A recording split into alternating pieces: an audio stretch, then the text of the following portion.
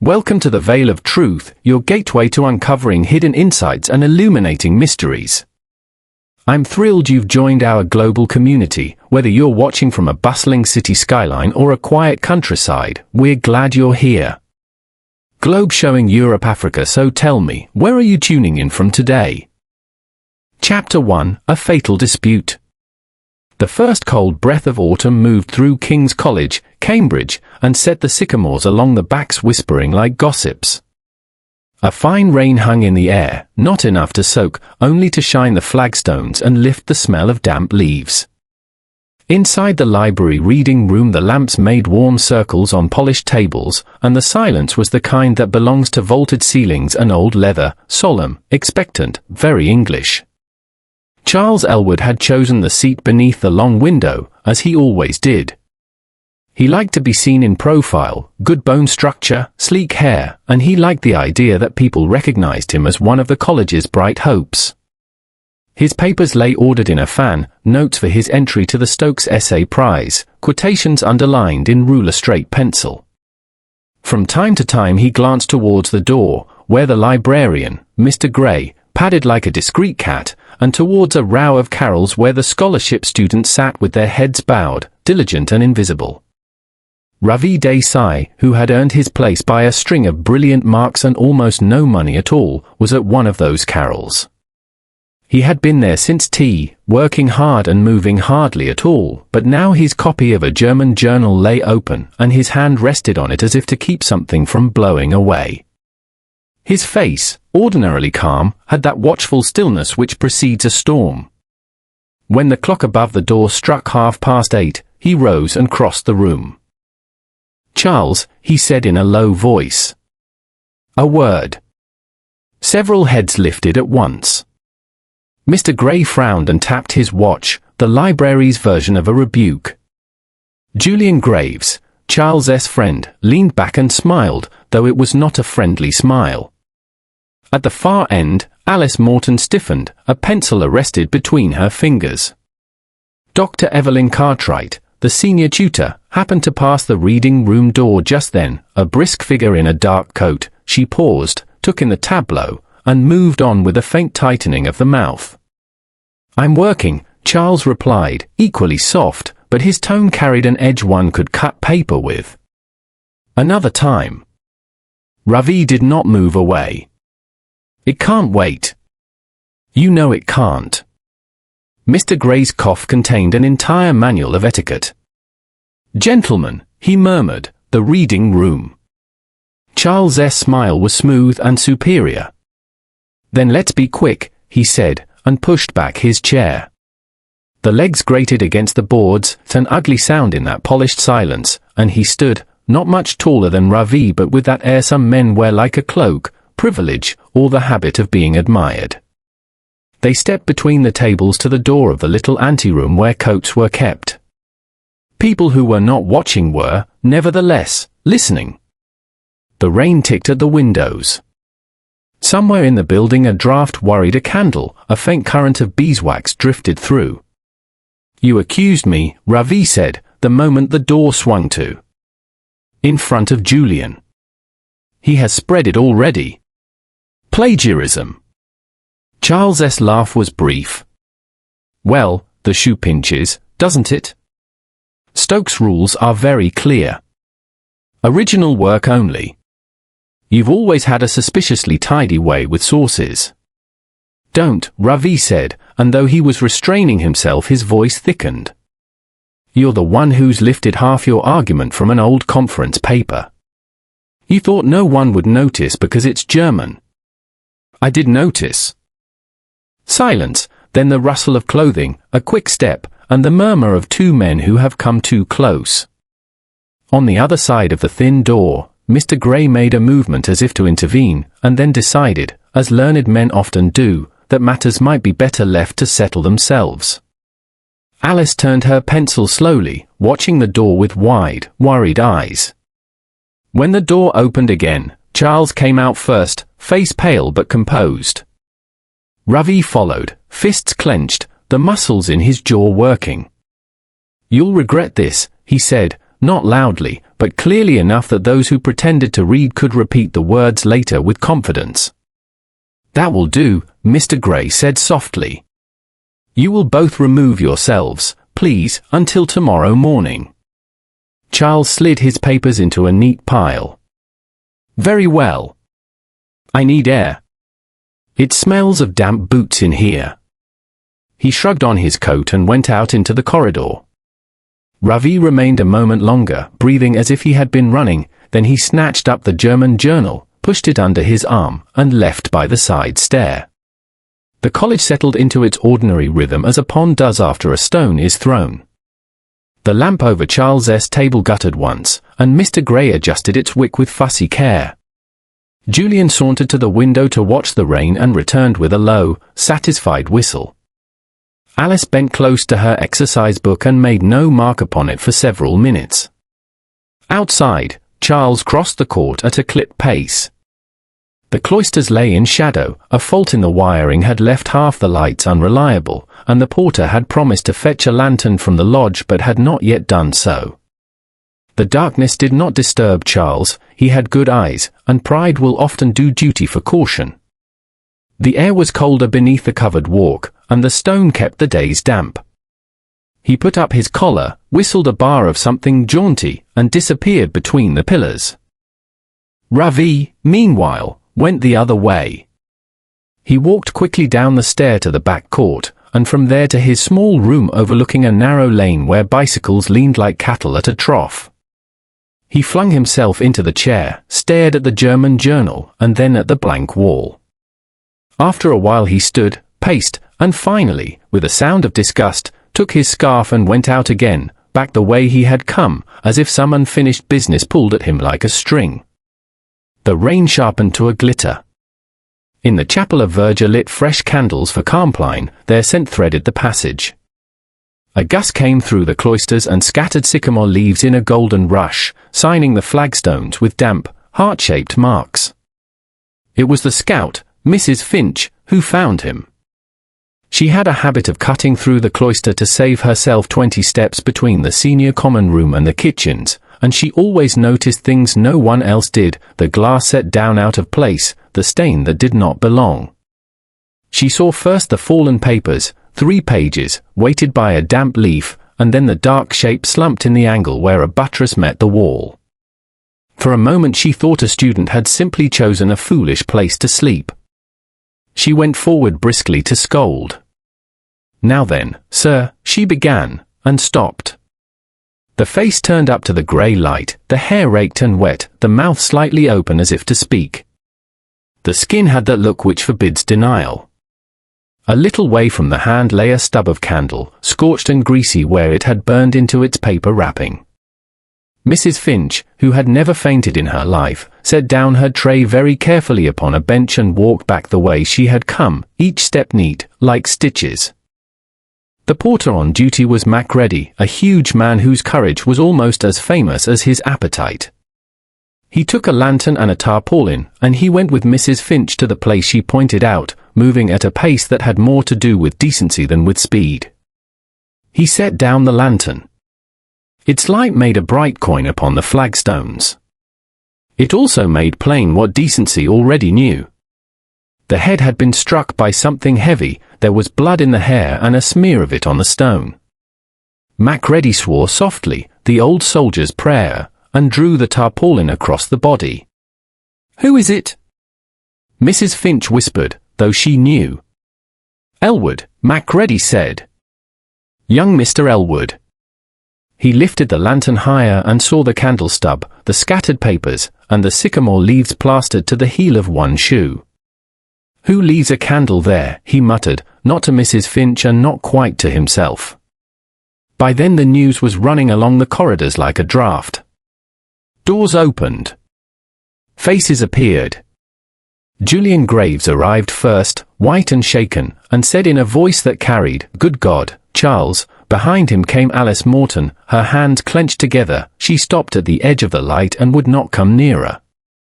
Dr. Cartwright's heels clicked on stone. She looked down, composed herself in a heartbeat, and turned to Macready with the gravity of one accustomed to decisions.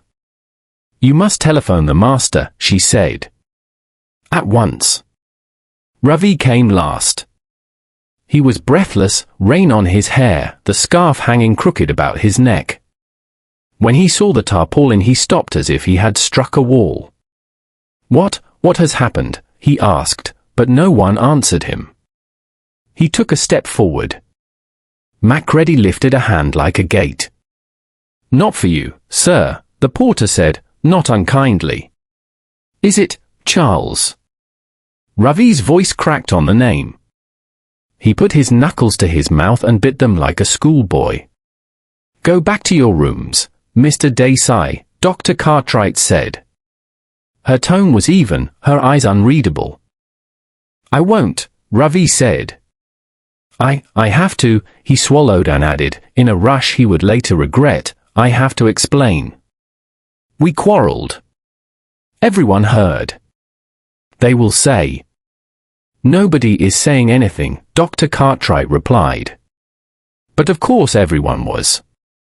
Mr. Gray, drawn by duty and fear in equal parts, arrived with a black umbrella still up as if he hoped it might shield him from reality. He took in the scene and closed his eyes, opening them again with an effort. We must be careful, he said, and the words sounded meagre even to him. There must be no talk. There will be talk, Macready said grimly. There always is. The master came, robed against the night as if it were a season he might dismiss with a formal nod. He listened, asked 2 or 3 questions in a voice that did not shake, and then stood for a long moment looking at the tarpaulin. It seemed, as he gazed, that he grew older by a term. At last he said, Macready, call the police. Dr. Cartwright, you will see to the students.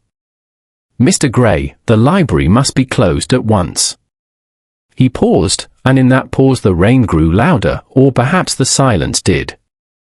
There is one more thing, he said quietly to Dr. Cartwright as the others moved.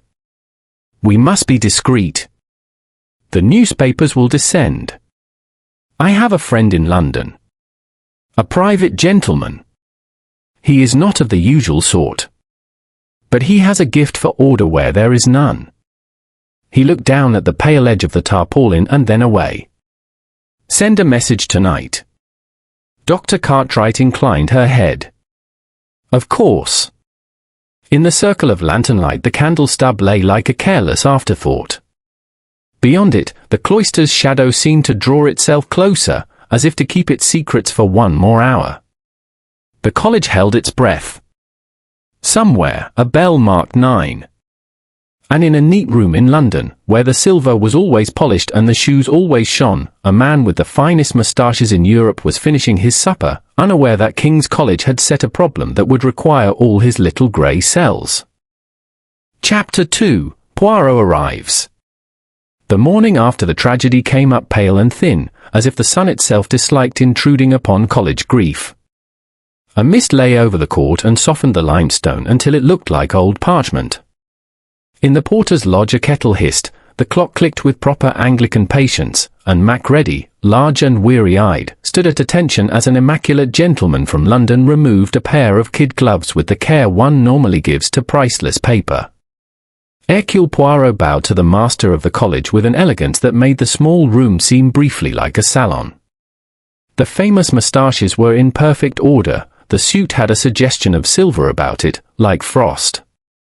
Messrs. Madam, he said, Dr. Evelyn Cartwright had been summoned as well, you do me the honour. I am told there is unhappiness. We must bring order. Always, order. The master gave the necessary facts with quiet firmness. Charles Elwood, 3rd year, read by many as a certain winner of the Stokes Essay Prize. Found in the cloisters shortly after 9 o'clock last night. A blow to the head, likely from a stone ornament. No weapon recovered yet, the police are searching. There was a quarrel beforehand. It was heard by many. Dr. Cartwright's mouth tightened. Between Mr. Elwood and Mr. Ravi Desai, one of our scholarship students. Mr. Desai has been interviewed by the police. He admits the quarrel. He denies the killing. Poirot inclined his head. One may quarrel and yet not kill, madam. Anger is a quick flame, a murder is a construction. He turned to the porter. Monsieur Macready, if you please, the place where he was found. They crossed the court together. Mist clung to the stone like breath on a mirror. In the cloisters a constable stood with his notebook and a sensible expression. He raised the tape and let the little party under.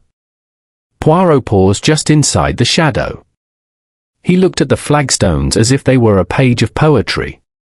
The lantern ring where Macready had set his light still marked the floor with a faint ash-grey circle. Nearby, the stone was darker where blood had spread and been washed thin by rain. A scatter of sycamore leaves lay flattened like wet paper hearts. Poirot stood quite still, hands joined, eyes delicate and precise. "You will forgive me," he murmured, stepping carefully along the inner edge where the wall sheltered the stone, "if I make the little tour."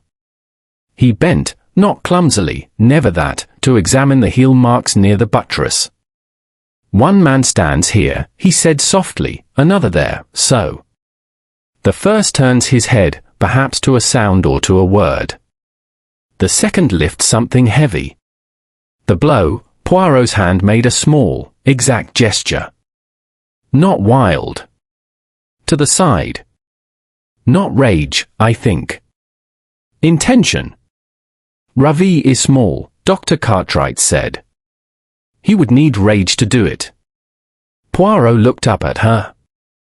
"A curious argument, madam, that smallness requires fury.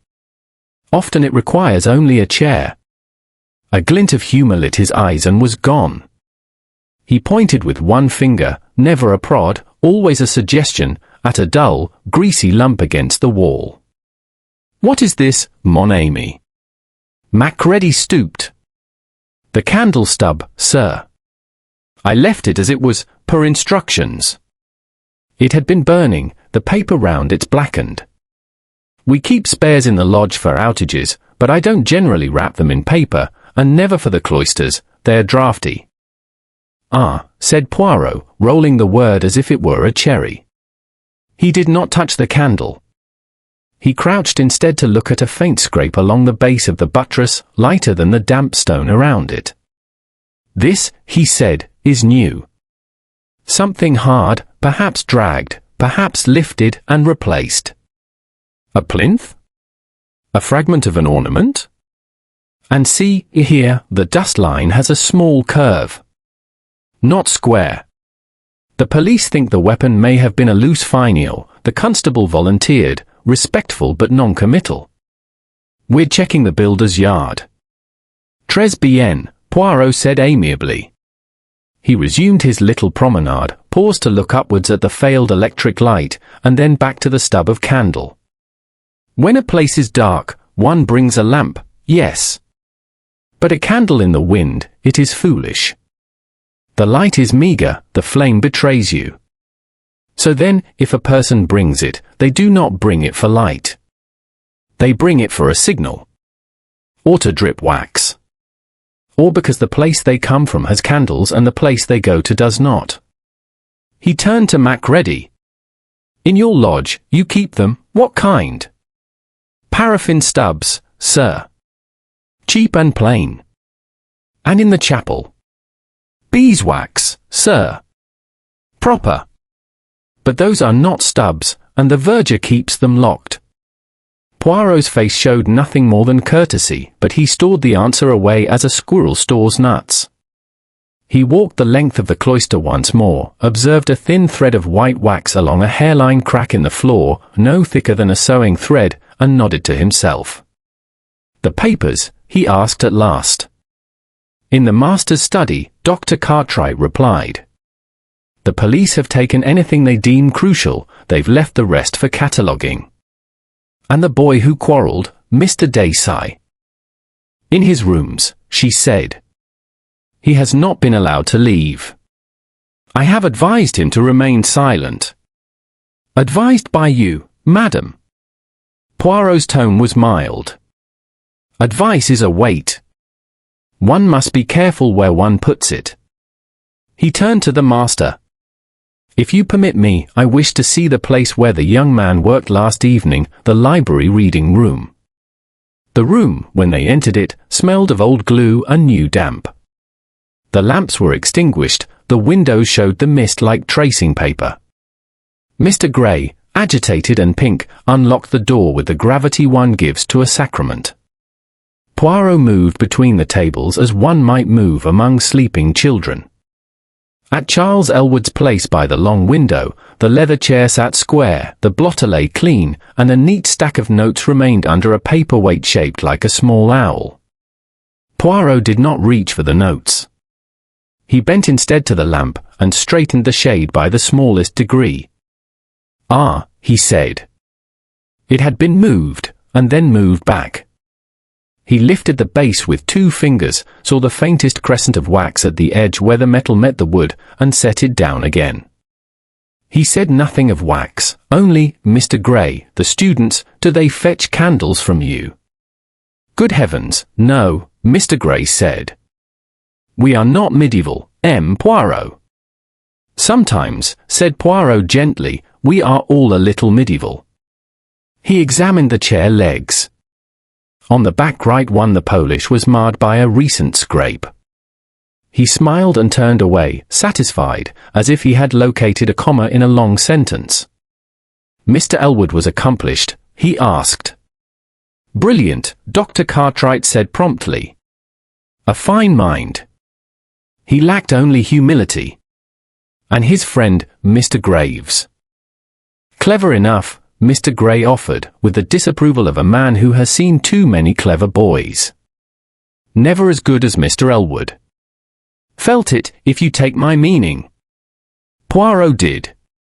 He asked to see Julian Graves briefly and was shown a pale young man whose charm had washed thin in a single night. Julian's eyes were red-rimmed, his tie was exquisite. "Your friend," Poirot said, not unkindly. "It is heavy, such a blow." Julian swallowed. Yes. We rode sometimes. Not like Ravi. Charles could be, well. But this," he spread his hands. "This is a different order. Last night you were in the library. Until a little after 8. I went to my rooms. I read. I didn't sleep." "Your shoes," Poirot remarked. "They are damp, but not muddy." Julian flushed. "I came by the court to the lodge as soon as I heard."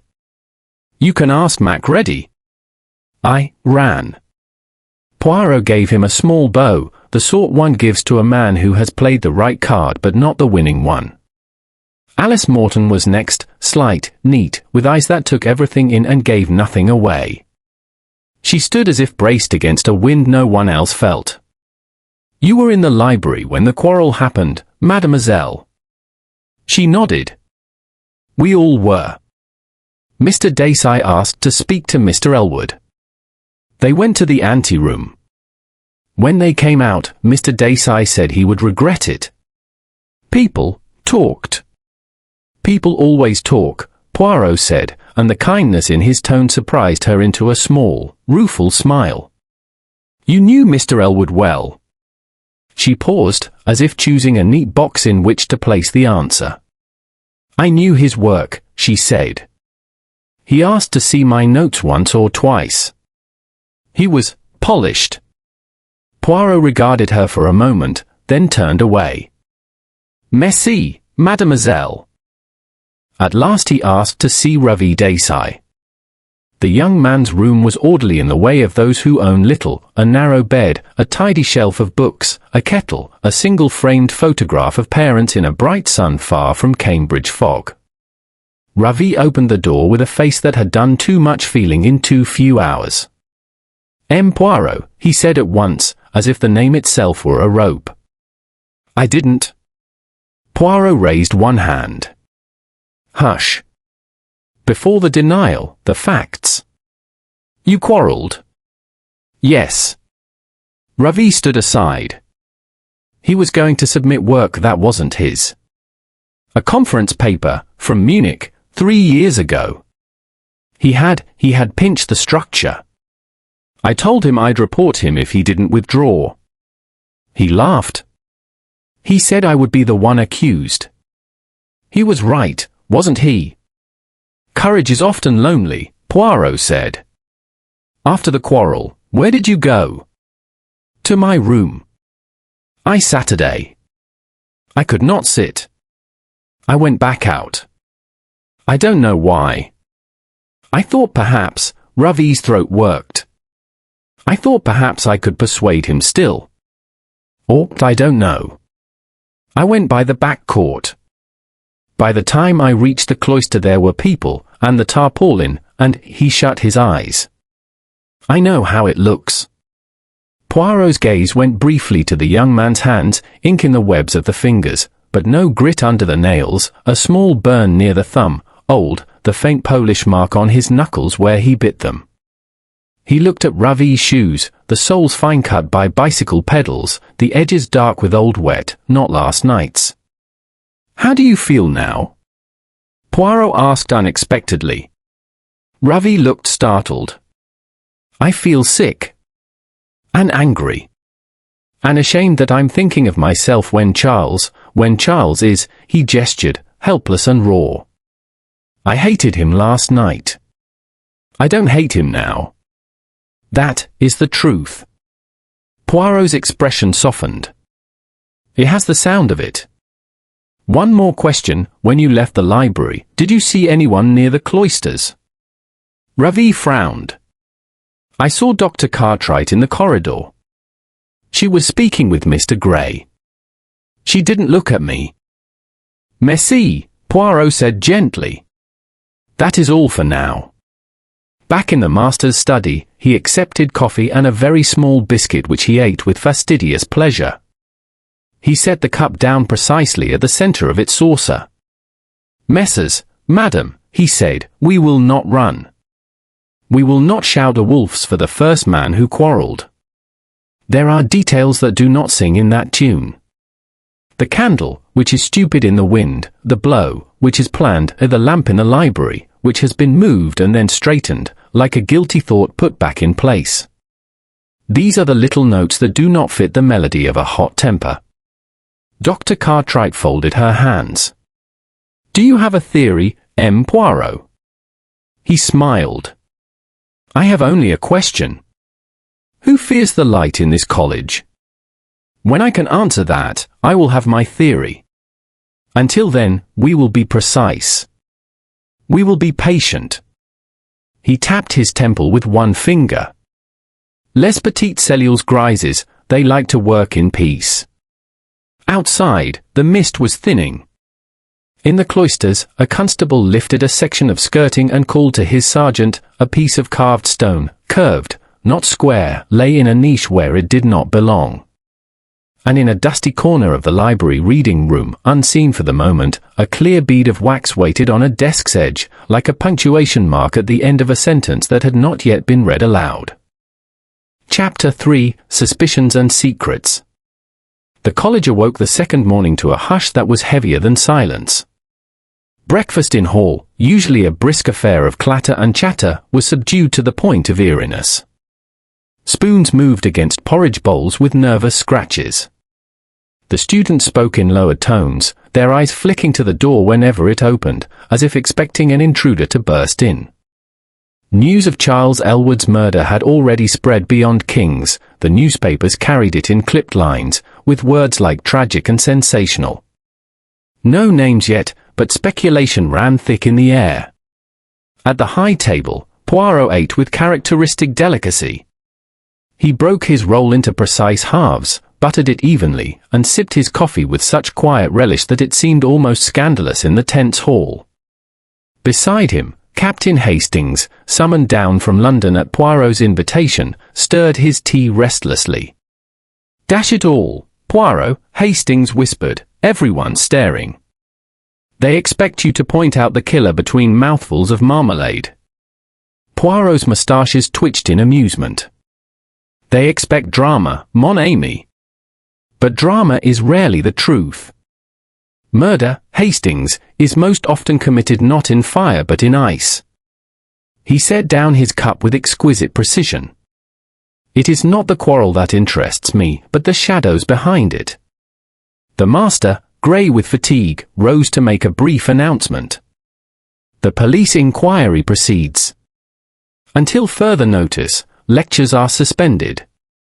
I ask you all to remain within college bounds. And I urge, most emphatically, that no one indulge in rumour. We must remember Mr. Elwood with dignity.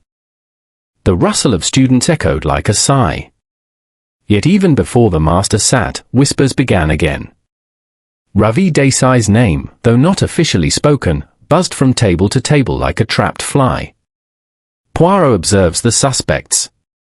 After breakfast, Poirot and Hastings strolled through the courts. Poirot's eyes missed nothing, the way Julian Graves leaned against the gate, smoking with exaggerated casualness, the stiffness of Alice Morton's shoulders as she hurried across the grass with her books clutched to her chest, Dr. Evelyn Cartwright's purposeful stride, skirts brushing the stone, face impassive as carved marble. Suspicion is a fire, Hastings, Poirot murmured. It spreads according to the wind. Let us see upon whom the flames fall. Julian Graves was the first to be questioned. He greeted them in his rooms, walls cluttered with sketches and posters of rowing regattas, the scent of pipe tobacco heavy in the air. His manner was genial, yet beneath it lay a nervous energy. Terrible business, Poirot. Charles and I, we were like brothers. Brothers may quarrel, Poirot observed mildly. Julian's smile flickered. Oh, of course. Charles could be, well, high-handed. Thought he was destined for Parliament. Still, he didn't deserve this. He gestured vaguely, as though the word murder were too distasteful to utter. Poirot's gaze travelled over the room, books stacked carelessly, a pair of muddy shoes by the hearth, and on the desk a half-finished letter to Charles, its tone affectionate yet edged with rivalry. You were fond of him, yes, but perhaps also a little envious. Julian flushed. Who wouldn't be? Charles had charm, money, brains. The rest of us were left in his shadow. Poirot inclined his head. Merci. That is very frank. But envy, monsieur, is not always a motive for the murder. When they had left, Hastings muttered, I don't like that fellow. Shifty eyes. Poirot tapped his nose. Ah, but shifty eyes may hide only shifty thoughts, not deadly ones. Let us proceed. Alice Morton's uneasy composure.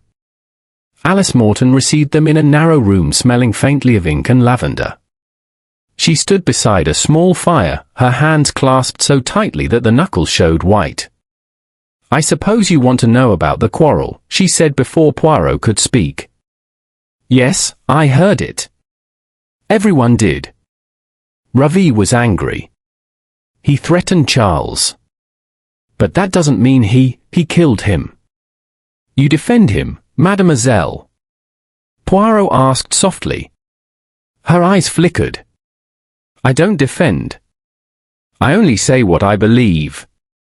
Ravi has all honor. Poirot tilted his head. You were close to Charles. Alice hesitated. He admired me. He asked for help with his essay. I said no.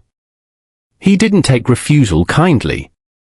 Ah, said Poirot. He noted the burnt scrap of paper in the grate, the faint odour of singed parchment lingering. And you destroyed a letter from him. She drew a sharp breath. Yes. It was nothing of consequence. A personal note. I didn't wish anyone to misunderstand. Poirot bowed slightly. Sometimes what is destroyed speaks louder than what is kept. Merci, mademoiselle. As they left, Hastings frowned. She's hiding something, Poirot. Mark my words. Poirot's eyes gleamed. My's OUI. But is it her secret, or Charles's? The tutor's stern mask. Dr. Evelyn Cartwright granted Poirot a formal interview in her book-lined office. She sat stiffly behind the desk, her hands folded like marble. Mr. Elwood was a brilliant but undisciplined student, she said crisply. His quarrel with Mr. Desai was regrettable. I had warned Elwood that his essay contained suspicious similarities to an earlier paper. He brushed it aside. So you were aware, Poirot murmured, that Charles risked disqualification? Yes. I intended to send a note to the prize committee, though I had not yet done so. Curious, Poirot said, watching her closely. Some say you were seen in the corridor near the cloisters at the hour of the murder. Her gaze did not waver. I passed through, yes. On my way from the library to the lodge. That proves nothing. Perhaps not, Poirot agreed gently. But you are a woman who fears scandal, no? Dr. Cartwright's lips pressed together. This college must remain untarnished. That is my duty. Poirot inclined his head, but in his eyes a spark of suspicion glimmered. Ravi Desai's isolation. At last Poirot returned to Ravi's rooms. The young man sat at his desk, unshaven, his eyes bloodshot from sleeplessness. They all think it was me, Ravi said hoarsely. Because we argued. Because I'm different. But I swear on my parents' lives, I never touched him. Poirot observed him for a long moment. You threatened him, yes. But threats are sometimes words thrown like stones into water, they sink, they vanish. You did not strike, I think. Ravi's face crumpled in relief. You believe me? I believe, Poirot said, that truth wears a particular face. Yours is not guilty, but frightened. There is a difference. Poirot reflects. That evening Poirot and Hastings dined in the senior common room. The table gleamed with silver, the candles burned straight and bright. Yet the conversation was halting, punctuated by sighs. Outside, the fog pressed against the windows like a listening ear. Poirot, however, was tranquil. He peeled an apple with exact spirals of knife and skin. We have Hastings, for people of interest. Julian Graves, the friend overshadowed. Alice Morton, with secrets in her grate. Dr. Cartwright, who values reputation above all. And Ravi Desai, the obvious suspect, but perhaps too obvious. Each has motive, each has opportunity. Hastings leaned forward eagerly. And your conclusion? Poirot smiled. That conclusions are for the last chapter, mon ami. At present we have only questions. He set down his knife, the apple glistening like a clue yet to be bitten. One thing is clear, Charles Elwood was not merely killed for anger. None. He was silenced. And we must discover what truth he held that was worth a life. The candles flickered. Outside, the cloisters lay in darkness, where the faintest trace of wax still clung to the stones like a ghost signature. And somewhere among the students and dons of King's College, a murderer sat listening to the toll of the chapel bell, wondering whether Poirot's little grey cells were already closing in. Chapter 4: The Clue of the Library Lamp. The next morning dawned with a brittle chill, as though the air itself were uneasy about the darkness that had settled over King's College.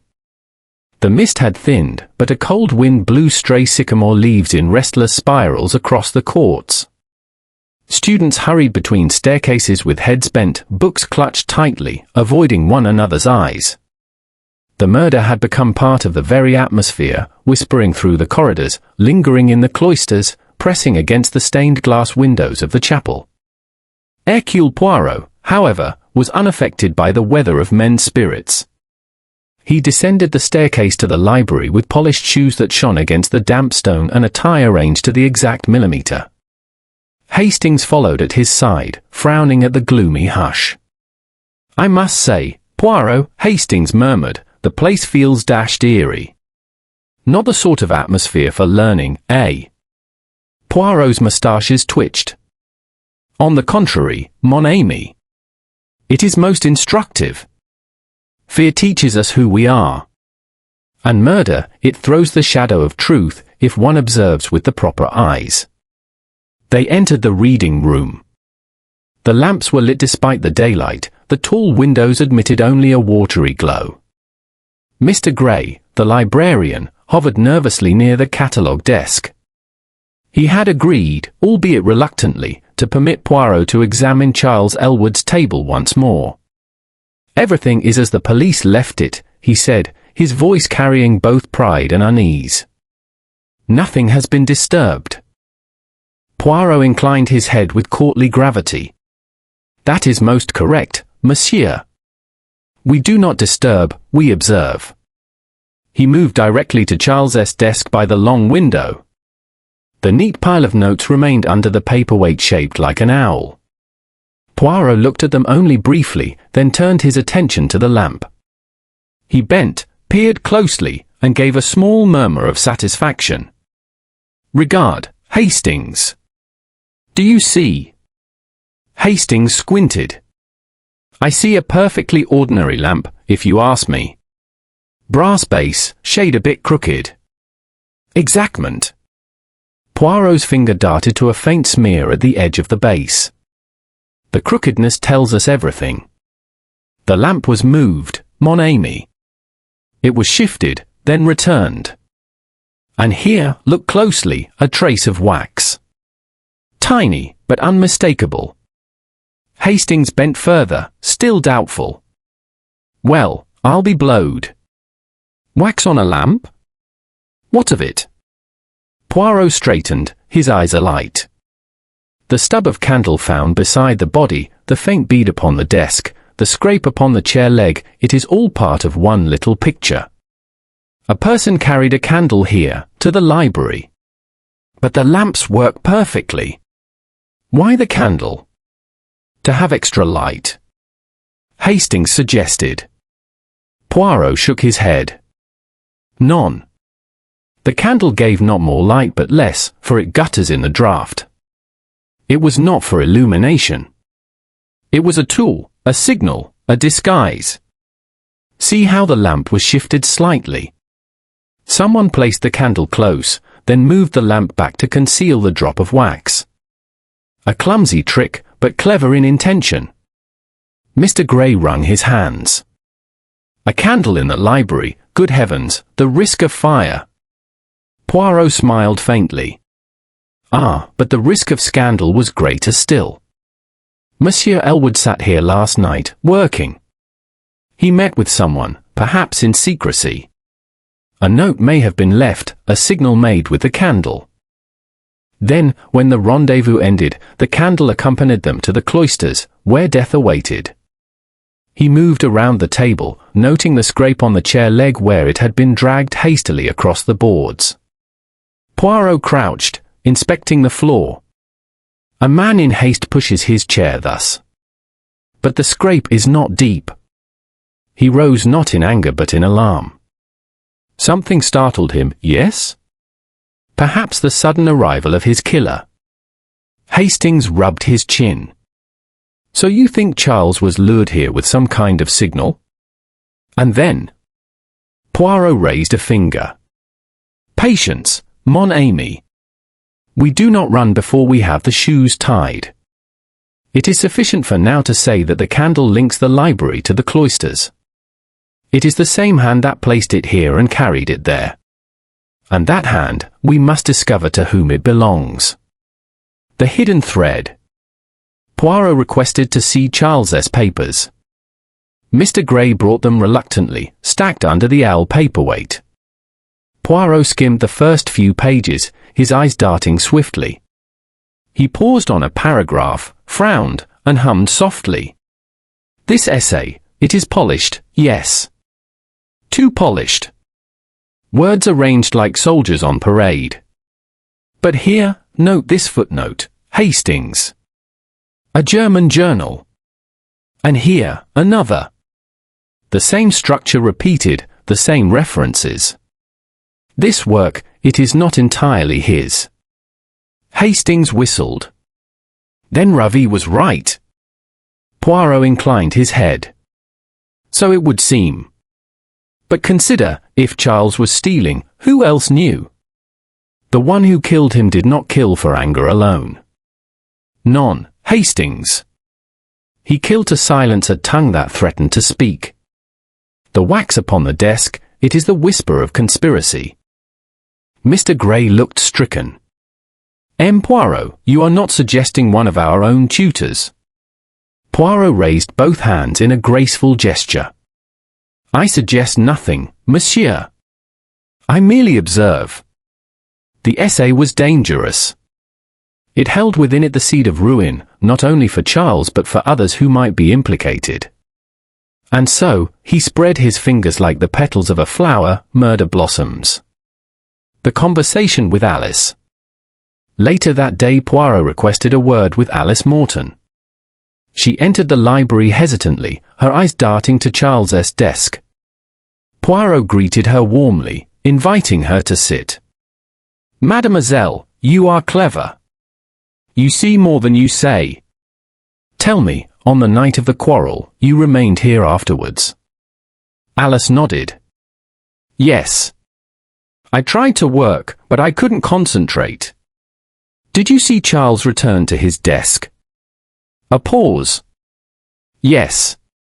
He looked unsettled. He wrote something quickly. Then he left. Did he carry anything? Alice thought, biting her lip. Yes. A candle.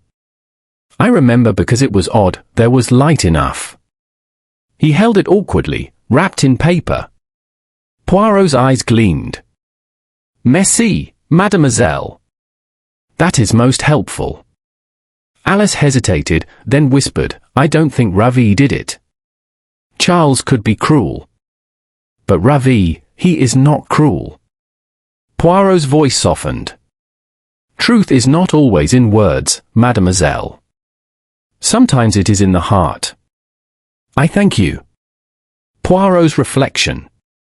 That evening Poirot sat with Hastings in his temporary rooms overlooking the court. The wind rattled the window panes, the faint sound of organ practice drifted from the chapel. Poirot leaned back in his chair, fingertips pressed together. Do you see, Hastings? The candle is the key. It appears in two places, the desk and the cloisters. It tells us there was a secret meeting, arranged by light rather than words. Charles carried the candle to his death. And he trusted the person who asked him to do so. Hastings frowned. But why the secrecy? Why not a note, or a meeting by daylight? Poirot's eyes twinkled. Because daylight reveals. Candlelight conceals. Someone in this college wished to hide a meeting from every other eye. And in that wish, they revealed themselves. Do you mean to say, Hastings began eagerly. Poirot silenced him with a finger. Patience. Always patience. The murderer is clever. He has placed the candle like a false step, hoping we will think of superstition, or romance, or some student prank. But I, Hercule Poirot, see beyond. The wax, the lamp, the scrape of the chair, they tell a story of calculation. And calculation, mon ami, is a rarer motive than rage. He rose, adjusting his cuffs. Tomorrow, we shall test this theory. I will speak again with Dr. Cartwright. Her knowledge of Charles's essay is too precise. And Julian Graves, I have not yet heard all his heart. One of them knows the candle's true purpose. And when I discover it, the whole truth will flame forth as brightly as the lamp that should have sufficed. Hastings gave a low whistle. Dash it, Poirot, you make it sound like a stage play. Poirot's moustaches quivered. Life, Hastings, is always the most subtle stage. And murder, the most revealing drama of all. As night fell, the library stood silent once more, the crooked lamp still casting its small circle of light on Charles Elwood's empty desk. And in the crack of the floor, unseen by passing feet, a thread of wax gleamed faintly, holding fast to its secret until Poirot's little grey cells could release it. Chapter 5: Red Herrings. The news had already seeped into the national papers by the following morning. Murder at King's, student slain after library quarrel. The headline was bold, the details scant, yet enough to send a ripple through Cambridge that swelled into London. Reporters gathered by the college gates, eager for scandal. Students, who yesterday whispered, now hurried across courts as if chased by the very idea of suspicion. Every glance became an accusation. Poirot, however, remained serenely untroubled. He took his breakfast with the same ritual neatness, folding his napkin into a perfect triangle, buttering his roll with measured strokes. Captain Hastings, less composed, crunched toast with a scowl. Everyone's in a state, Poirot. The dons mutter about scandal, the students look ready to bolt, and all the while that young Desai is being eyed like a fox in a henhouse. It seems dashed unfair. Poirot dabbed his lips delicately. My friend. Suspicion falls where it wishes, like autumn leaves. But do not forget, many leaves fall, and not all are the leaf of truth. In this case, there are, how do you say, les harengs rouges? Red herrings, eh? Hastings brightened. So you think Ravi's just a decoy? Poirot's eyes gleamed. He is the fish placed before our noses. But let us not be deceived by the smell. Julian Graves in the spotlight. Later that morning, Poirot invited Julian Graves to walk with him around the backs, where the river ran silver beneath the drooping willows. Students rowed in silence, their oars slicing water like knives. Julian, hands thrust deep into his coat pockets, kept his eyes fixed on the path. Tell me, monsieur, Poirot began lightly, you and Charles, you were close. Julian gave a quick laugh. Close enough. We drank together, rode together, argued together. He was the golden boy. Everyone knew it. And you, perhaps, lived in his shadow. Julian stiffened.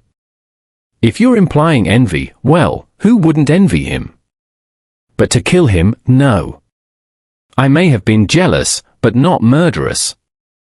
Poirot's gaze drifted to the river.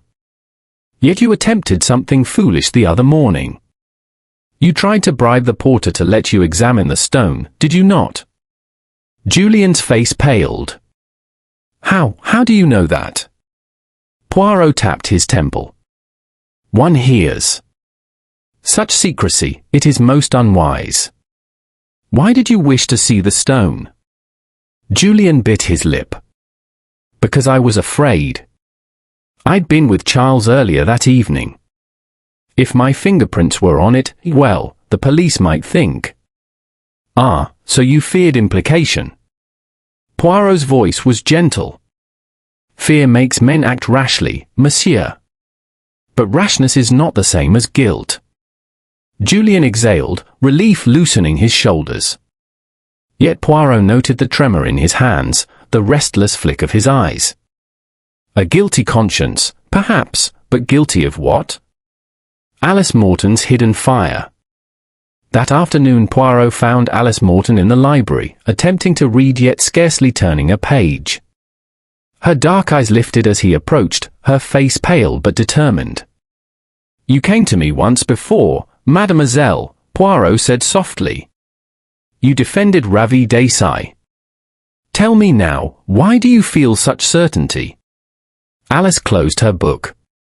Because I know him.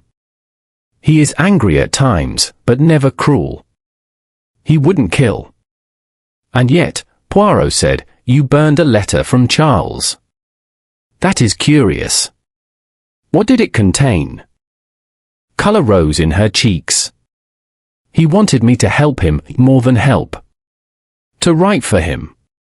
When I refused, he threatened to spread lies, that I had plagiarized for him before.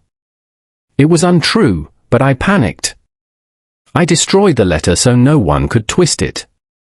Poirot leaned closer. But lies, mademoiselle, may become truths when repeated. Charles's death, does it not relieve you of his threats? Her hands clenched. You think I killed him? No.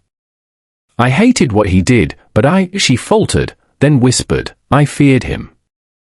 That is different. Poirot studied her, eyes kind but probing. Fear indeed had lived in this girl's heart.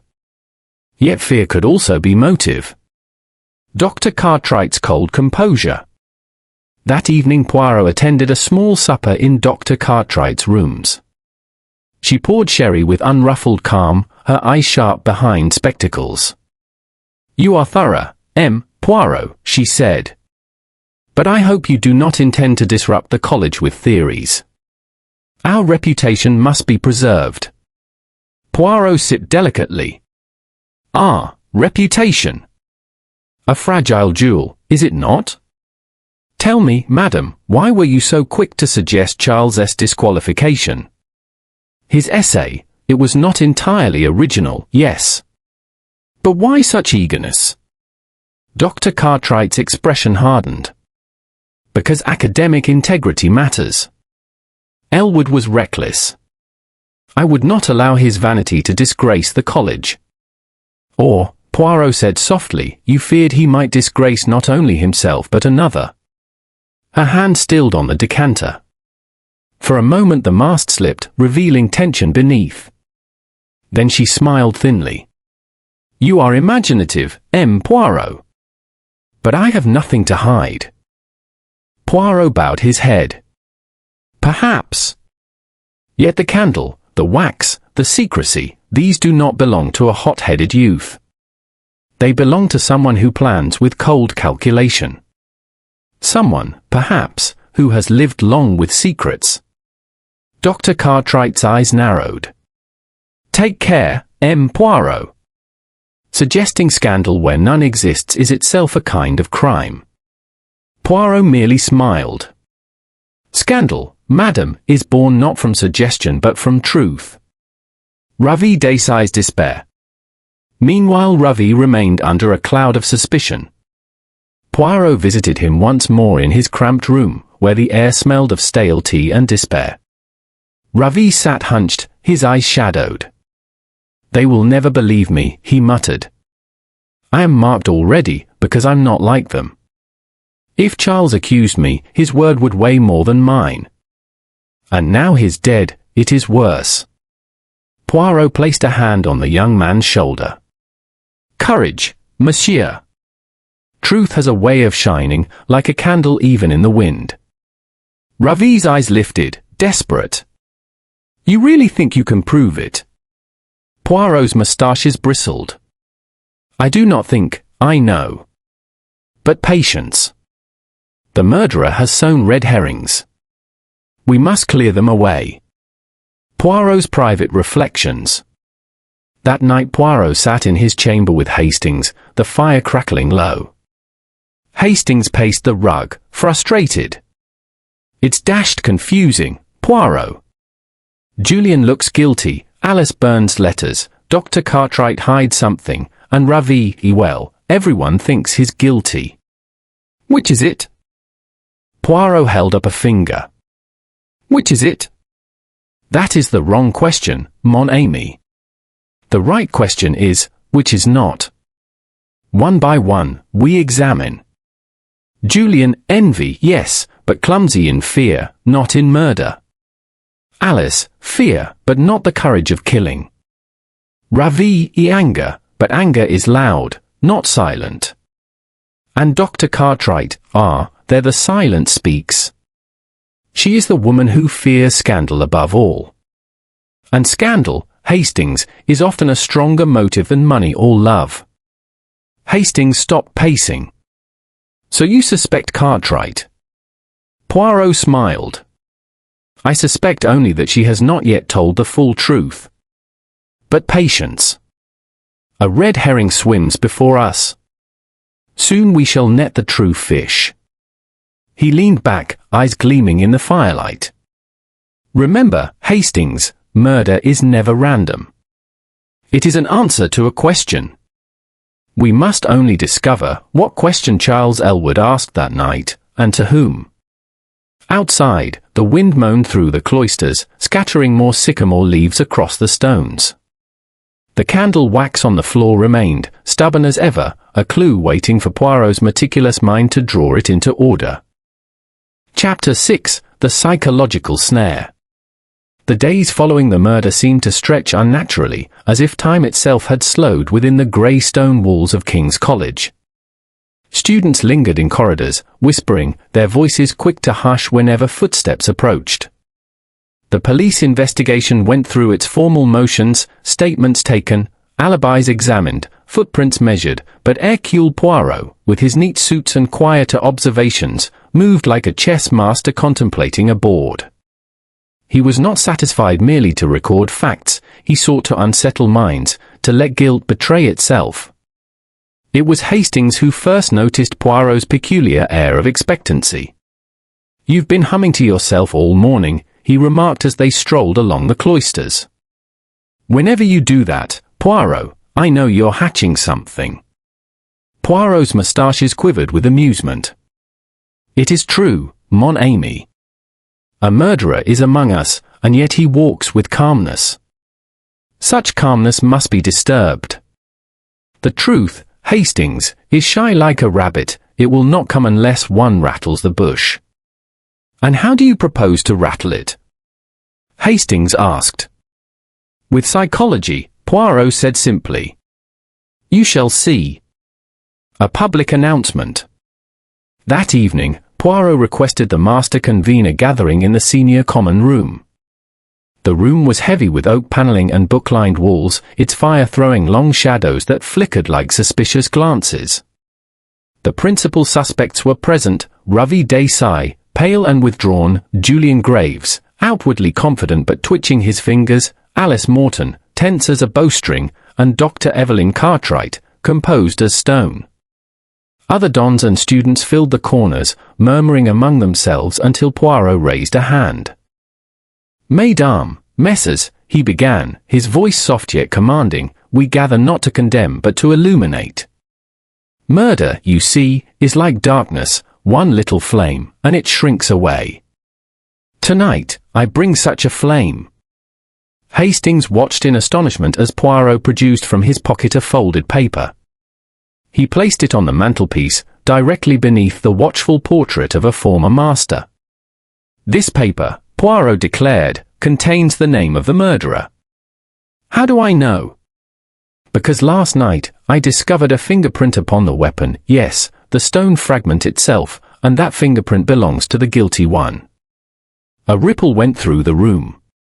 Ravi gasped, Julian blanched, Alice clutched her book tighter. Only Dr. Cartwright remained immovable, her eyes narrowed with skepticism. Poirot continued smoothly, "Tomorrow, I shall reveal it to the police. But tonight, I keep it safe. We shall see how the guilty heart beats when it knows discovery is certain." He gave a small bow and stepped aside, allowing the murmurs to swell like storm surf. Hastings leaned towards him in alarm. "Poirot! But there are no fingerprints, surely?" Poirot smiled. "Exactement, mon ami. There are none. But the guilty does not know this." The first tremor. The gathering dispersed in fragments. Some hurried out, eager to spread the news, others lingered, whispering behind hands. Poirot, meanwhile, positioned himself discreetly in the corridor outside. Julian Graves emerged first. He was pale, his usual swagger gone, and he darted glances left and right before slipping down the stair. Hastings would later report seeing him approach the porter's lodge, muttering urgently, though what he asked Macready remained unclear. Next came Alice Morton. Her steps faltered when she saw Poirot waiting. "Do you truly have the fingerprint?" she whispered. Poirot regarded her gently. "Why, mademoiselle, does the thought frighten you?" She flushed, shaking her head. It frightens me for Ravi. Everyone will blame him, no matter what. Poirot inclined his head, but his little grey cells noted the tremor in her voice. For indeed, but for whom? Finally, Dr. Cartwright strode out, chin high. This performance of yours is dangerous, M. Poirot, she said crisply. You unsettle students, provoke gossip, and risk reputations.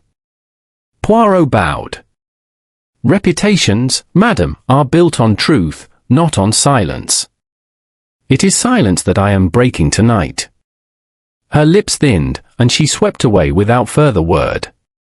Yet Poirot caught the brief tightening of her hand on her bag, as if it concealed something heavy. The night watch. Poirot's trap required patience. That night he insisted he and Hastings keep watch in the cloisters. They stationed themselves discreetly in a shadowed alcove, lantern extinguished. Dash it, Poirot, Hastings whispered, this feels like spying. Observation, Hastings. Not spying. The guilty, believing evidence lies against them, will seek to tamper with it.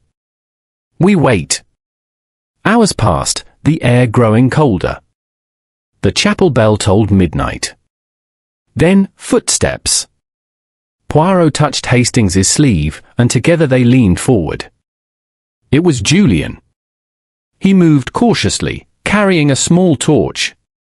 He approached the porter's cupboard, fumbling with the latch. Hastings made to leap forward, but Poirot restrained him. Non, mon ami. Let him act. We watch. Julian retrieved something, stone fragments wrapped in cloth. He held them up to the torchlight, examined them with frantic intensity, then cursed softly. After a moment, he replaced them and slipped away, shoulders hunched. Hastings hissed, "There you are. Proof he's guilty." Poirot shook his head. "No, Hastings. Proof only that he fears guilt. A red herring, remember? He tried to erase suspicion, not because he killed, but because he dreads being thought to kill. It is the act of a coward, not a murderer." The second tremor. The following morning, Poirot arranged a quiet word with Alice Morton. He spoke kindly, as one might to a nervous bird. "Mademoiselle, last night I saw a young man attempt to alter evidence. You, perhaps, also feel tempted." Alice's eyes widened. "No. I would never," she stopped, biting her lip. "I only wish the truth were clear. Charles, he could ruin lives if he wished. Perhaps someone feared exposure." "Exposure of what?" Poirot asked softly. She hesitated. "I cannot say." "Not yet." Tears sprang to her eyes. "But it wasn't Ravi. Please believe that." Poirot patted her hand. "I believe only in facts, mademoiselle. But your heart, it tells me much." The third tremor. It was Dr. Cartwright who betrayed herself next. Poirot arranged to forget the paper he had placed on the mantelpiece, leaving it conspicuously unattended while he and Hastings took tea in the adjacent room. When they returned, Poirot's eagle eyes noticed immediately the paper had been unfolded, then carefully refolded.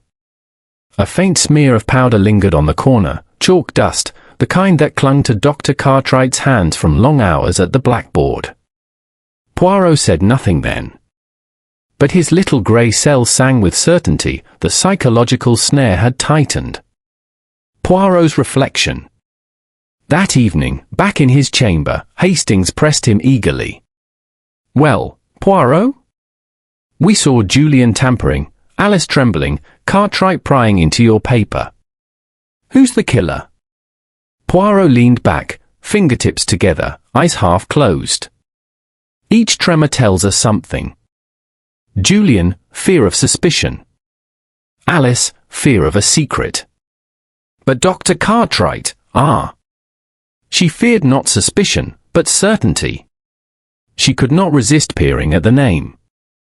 Only the guilty one cares to know if their secret has been guessed. Hastings frowned. So it's Cartwright. Poirot opened his eyes, gleaming. Patience, mon ami. One more piece is needed. But tonight, my snare has caught the first flutter of wings. Soon, we shall see the bird itself. Outside, the wind moaned along the cloisters. The candle wax upon the flagstones had hardened to a pale scar. And in the quiet of King's College, the murderer lay awake, wondering whether Poirot's little grey cells had already solved the riddle of the light in the darkness. Chapter 7: A Twist in the Tale. The November sun struggled to pierce the pale clouds, casting a wan light upon the courts of King's College. Students hurried past Poirot and Hastings as the pair crossed the cobblestones, their eyes lowered, their footsteps brisk, as though eager to escape suspicion clinging to the stones. The police had yet to make an arrest, but gossip had sharpened into near certainty. Ravi Desai was guilty. His name travelled in hushed voices at breakfast, in notes passed during lectures, in the furtive laughter of those who enjoyed scandal. Poirot, however, was not swayed by rumour. He walked with his usual measured dignity, cane tapping lightly, moustaches perfectly waxed. Hastings, by contrast, fretted beside him. Dash it all, Poirot, I don't see how much longer this can go on.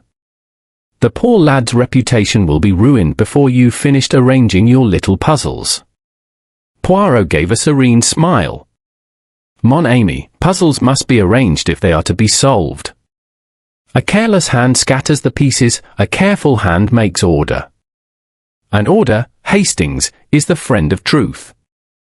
Hastings muttered but fell silent. He knew Poirot well enough to recognize that his patience would, eventually, be rewarded. A private summons. That evening Poirot sent a discreet message to Alice Morton, asking her to call upon him in his temporary chamber overlooking the river. The young woman arrived promptly, her dark hair damp from mist, her expression taut with unease. You wish to see me, M. Poirot? Poirot rose to greet her with a bow. Please, mademoiselle, be seated. I offer you tea, it is excellent for the nerves. And yours, I think, have been much tried. Alice sank into the chair, accepting the cup with trembling fingers. Everyone stares at me now, she confessed. They whisper that I knew Charles better than I admitted. That I cared for him. And did you? Poirot asked gently. Her eyes flickered. No. He admired me, yes, but it was never mutual. I kept my distance. Yet he did not take rejection kindly. Poirot inclined his head. You fear his attentions may have been more demanding. Alice flushed. He pressed me to help with his essay. When I refused, he threatened to spread lies, that I had been his accomplice before. It was cruel. I destroyed his letter so no one could misinterpret it. Mise OUI. But to burn a letter is to invite suspicion, is it not? Tears glimmered in her eyes. I know. But what else could I do? If anyone saw it, they'd think I was complicit. Poirot leaned forward, his gaze kind yet piercing. Mademoiselle, there is more. I see it in your face, in the tremor of your hand. You hide a truth, not for yourself, but for another. Alice's composure broke. She set the teacup down with a clatter. Yes, she whispered. I am hiding something. But not for me. For Ravi. Poirot said nothing, only folded his hands, allowing silence to work its subtle pressure. Alice drew a shaky breath. Charles knew Ravi was better than him. Ravi writes with brilliance, with clarity. Charles wanted that brilliance for himself. He begged Ravi to let him see drafts, to borrow notes. Ravi refused. And when Charles realized he could not bend Ravi, he turned to threats. He told Ravi he would ruin him, accuse him of plagiarism before the committee. Ravi was terrified. He came to me, desperate. That is why I know he couldn't have killed Charles. He wanted to clear his name, not risk it further. Poirot nodded gravely. So Ravi confided in you. And you sought to protect him. Alice clasped her hands together. Yes. I was afraid the police wouldn't listen. That's why I hesitated. But you must believe me, Ravi is innocent. Poirot's delicate probe. Poirot's eyes softened. Mademoiselle, I do not doubt the sincerity of your heart. But remember this, truth, once hidden, grows dangerous. You burned the letter, you concealed Ravi's fear, such secrecy is the very soil in which murder thrives. Alice bowed her head. I know. I feel as though I helped Charles's killer, though I never meant to. Poirot reached out, placing a light hand over hers. Courage. By telling me now, you help me draw the circle tighter. The murderer counts on silence. But you give me the missing thread. Alice looked up, hope flickering. Then you believe Ravi? Poirot's moustaches twitched. I believe Ravi is no murderer. But belief, mademoiselle, is not proof. I must still untangle the knot. And for that, I require not faith, but facts. A clash with Dr. Cartwright. The following day Poirot sought out Dr. Evelyn Cartwright. She received him in her office, papers neatly stacked, spectacles glinting in the weak sunlight. Poirot, she said coldly, I hear you've been questioning Miss Morton. I must insist you tread carefully. This college's reputation cannot weather more scandal. Poirot smiled faintly.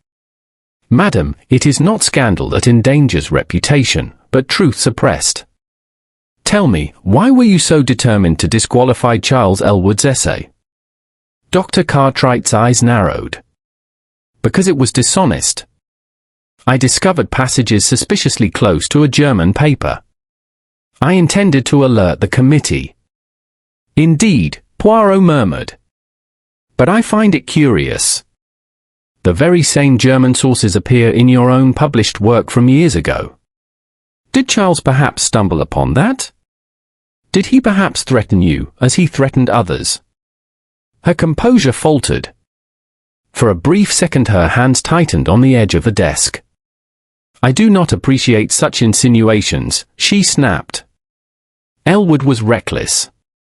That is all. Poirot bowed politely. As you say. Yet I observe that when one fears disgrace, one may go to desperate lengths to prevent exposure. Her face hardened into a mask. If you suggest I killed him, you are gravely mistaken. I am loyal to this college above all else. Poirot's voice was mild, but his eyes gleamed. Perhaps too loyal, madam. Sometimes loyalty is but another name for self-preservation. Hastings's doubts. That night Hastings cornered Poirot in their chambers. I say, Poirot, you really think Cartwright might have done it? A respected tutor, a woman of her standing. Poirot shrugged delicately.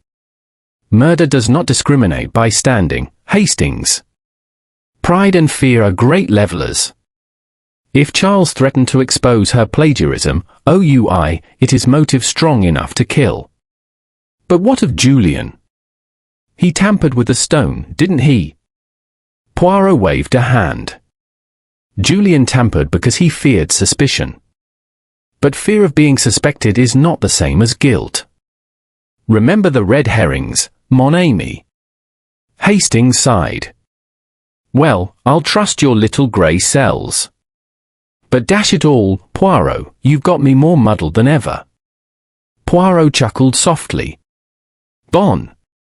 Confusion is the beginning of clarity. Soon, all will be arranged, like flowers in a vase. Poirot alone. When Hastings had retired, Poirot sat by the window, gazing at the river. The moon lay silver upon the water, the willows hung low like mourners. In his mind he arranged the facts as carefully as the buttons on his waistcoat. The candle stub, the wax upon the lamp, the scrape of the chair, all pointed to planning, not passion. Alice's confession confirmed Charles had threatened more than one person. Ravi had motive, yes, but lacked the cunning. Julian had fear, but not calculation. Dr. Cartwright, however, she had both. Poirot murmured to himself, yes, the picture grows complete. Only one brushstroke remains, and the canvas will reveal the truth.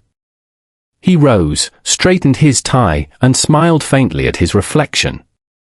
Tomorrow, Hastings, we spring the final trap. And then, the denouement. Outside, the chapel bell tolled softly, echoing through the cloisters. Somewhere within those ancient walls, the murderer must have heard it too, and shivered, wondering how much longer their secret could remain safe beneath Poirot's gaze. Chapter 8. Poirot explains all. The senior common room had never been so tense.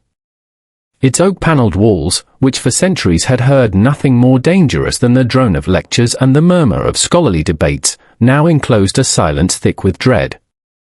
The fire burned low in the grate, the shadows it cast seemed almost to lean forward, listening. Hercule Poirot stood at the centre of the room, his shoes polished to mirrors, his moustaches gleaming as though they, too, were preparing to perform. Around him sat the principal figures of the drama, Ravi Desai, pale and exhausted, Julian Graves, trying for nonchalance but failing, Alice Morton, hands clasped tightly in her lap, and Dr. Evelyn Cartwright, poised and stiff, her gaze fixed upon the hearth. The master and several dons sat in the background, faces grave. Hastings lingered at Poirot's side, eager yet anxious. Poirot cleared his throat softly, and all eyes turned to him. Mesdames et messieurs, he began, at last the time has come for order to be restored. You have lived these days in confusion, suspicions whispered, reputations blackened, friendships strained. But now you shall have the truth. The murder of Charles Elwood was not an act of sudden passion, but of careful calculation. The false suspects. He turned first to Ravi. Monsieur Desai, you quarrelled with Charles. You threatened him, in the hearing of many. It was natural the suspicion fell upon you. But your very vehemence, the openness of your anger, these spoke to me not of guilt but of innocence. Murder, you see, is silent, subtle. It does not shout its intentions in the library. Ravi bowed his head, a tear escaping despite himself. Poirot looked then to Julian Graves. You, monsieur, were also suspect. You feared implication so greatly that you sought to tamper with the evidence. A foolish act, yes, but the act of a coward, not a killer. You were terrified of being thought guilty, not of guilt itself. Julian flushed, murmuring something inaudible, relief and humiliation mingled on his face. His gaze shifted to Alice. Mademoiselle, you concealed a letter, you burned it in fear. You kept silence to protect your friend. These things gave you the aspect of secrecy, and secrecy invites suspicion. But you lack both motive and method. You are guilty only of compassion, which, though dangerous, is not criminal. Alice's eyes brimmed, but she gave a tiny nod. The candle and the lamp. Poirot paced a few steps, hands clasped behind his back. So we return to the true clues. First, the candle stub found by the body. Second, the smear of wax upon the lamp in the library. Third, the scrape upon the chair leg where Charles Elwood Saturday. Together, they tell us a tale. Charles was lured to a meeting in the cloisters. But why the candle? Because the cloisters were dark? None. A lantern from the lodge would have sufficed. The candle was a signal, an object of secrecy. And where did he acquire it? From the very desk where he had worked, the lamp moved to conceal the wax, the chair dragged in sudden alarm. He met his killer there, in the library. He was given the candle as a sign, bring this, and we shall meet unseen. He obeyed. It was the candle he carried to his death. A murmur rippled through the room. Poirot lifted a finger for silence. The essay and the secret. And why was Charles killed? Not for rivalry in an essay competition, not for a quarrel over honor. No. He was killed because he knew too much. Charles had discovered that the German sources he borrowed were not unknown to one within this college. Indeed, they were familiar because they had been stolen before. The very passages Charles imitated were passages that Dr. Evelyn Cartwright had herself appropriated years ago. All eyes snapped to the tutor. Her composure cracked for the first time, a flicker of color rose to her cheeks. Poirot's voice remained calm. Charles threatened her.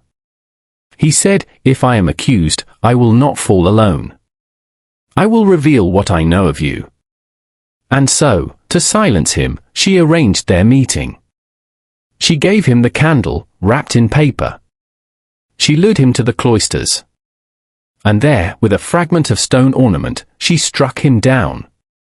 The final proof. Dr. Cartwright's voice was sharp, though trembling. "This is preposterous. You have no proof, only speculation." Poirot's moustaches twitched. "Mais non, madame. I have proof. You see, when I pretended that a fingerprint had been found upon the stone, you could not resist. You opened the paper I placed upon the mantelpiece, eager to know if your name was written there. That curiosity betrayed you.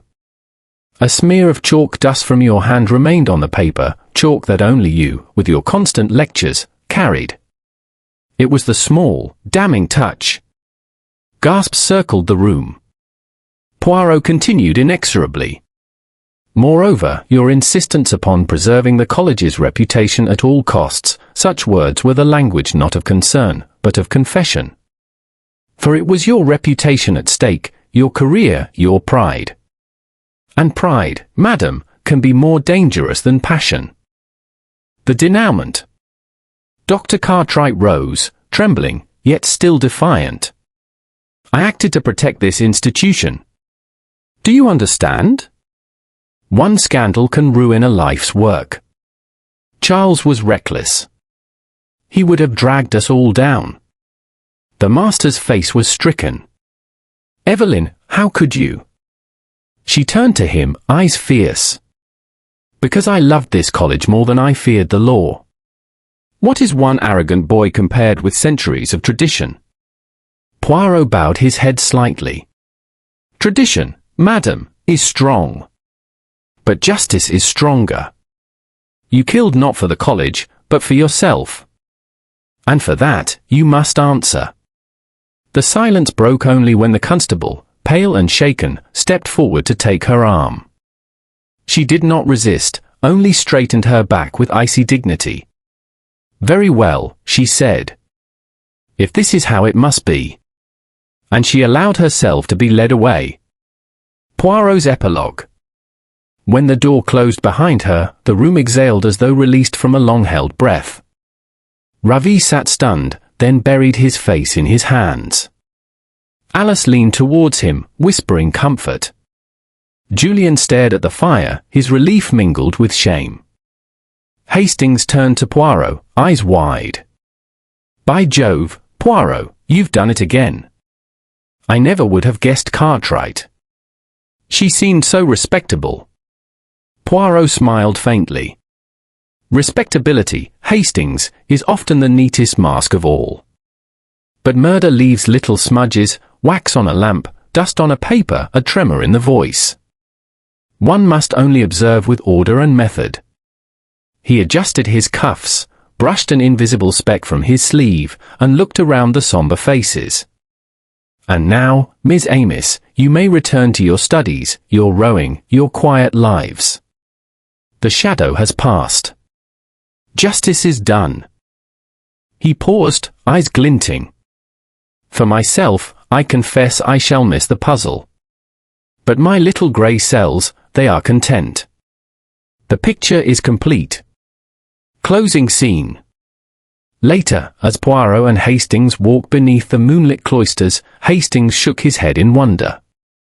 Extraordinary, Poirot. Every clue was there, right under our noses. Poirot chuckled. That is always the way, mon ami. Murder is never so clever as it believes. In the end, it is like the crooked lamp in the library. Once adjusted, everything falls neatly into place. They passed the spot where Charles Elwood had fallen. The flagstones were clean now, the wax scrubbed away, but the memory lingered. Poirot removed his hat briefly, a gesture of respect. Poor boy, he murmured. Ambition, arrogance, perhaps, but he did not deserve death. Yet from death comes truth. And truth, Hastings, is the one light that no murderer can extinguish. With that, Poirot replaced his hat, adjusted it precisely, and the two men walked on, their footsteps echoing softly against the stones of King's College, leaving behind a mystery neatly resolved, like the symmetry of Poirot's impeccable moustaches.